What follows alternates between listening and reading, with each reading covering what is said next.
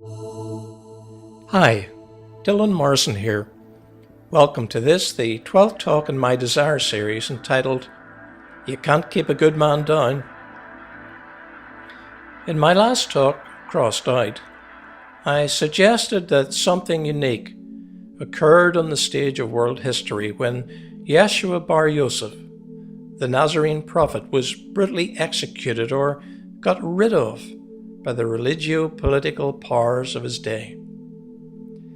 Many of his followers subsequently interpreted this death as a payment for sin, one that magically makes everything right again with our source divinity, somehow allowing spirit breath to once more freely commune with mankind.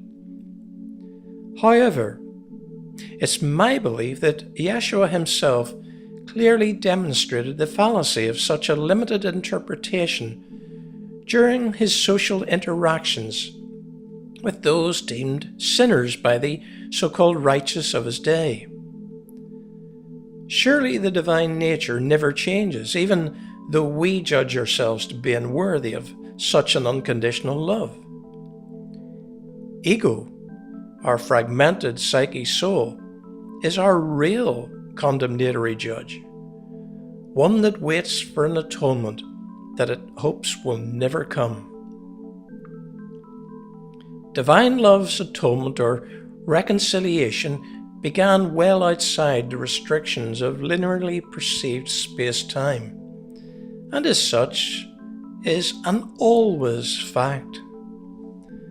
The divine heart doesn't switch its acceptance of its created children off and on like some transcendent light switch. No.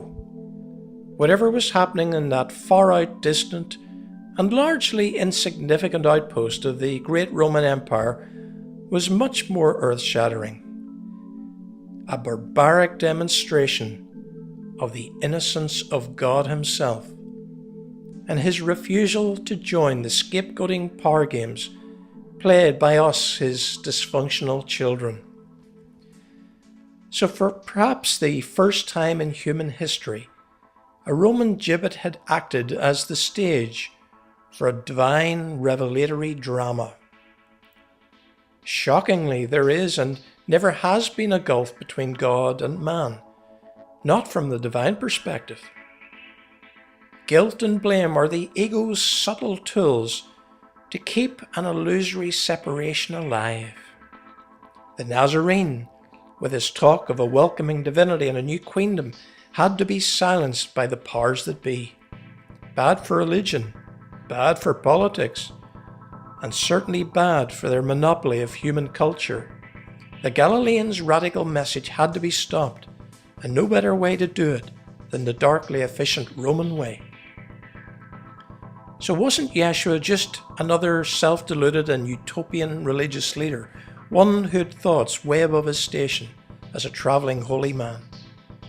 Hadn't the enforcers of human society well and truly demonstrated that the inevitable sacrifice of a scapegoat victim is always the final tragic word? Isn't mankind trapped in an invisible prison of mimetic desire with no queendom of God providing a liberating alternative? Wasn't the most talked about death in human history no more than the melancholic ending of a righteous man? Well, I believe not. So bizarrely, the Nazarene's closest friends and followers claimed that they had seen him alive, albeit in a somewhat different and only slightly recognizable bodily form.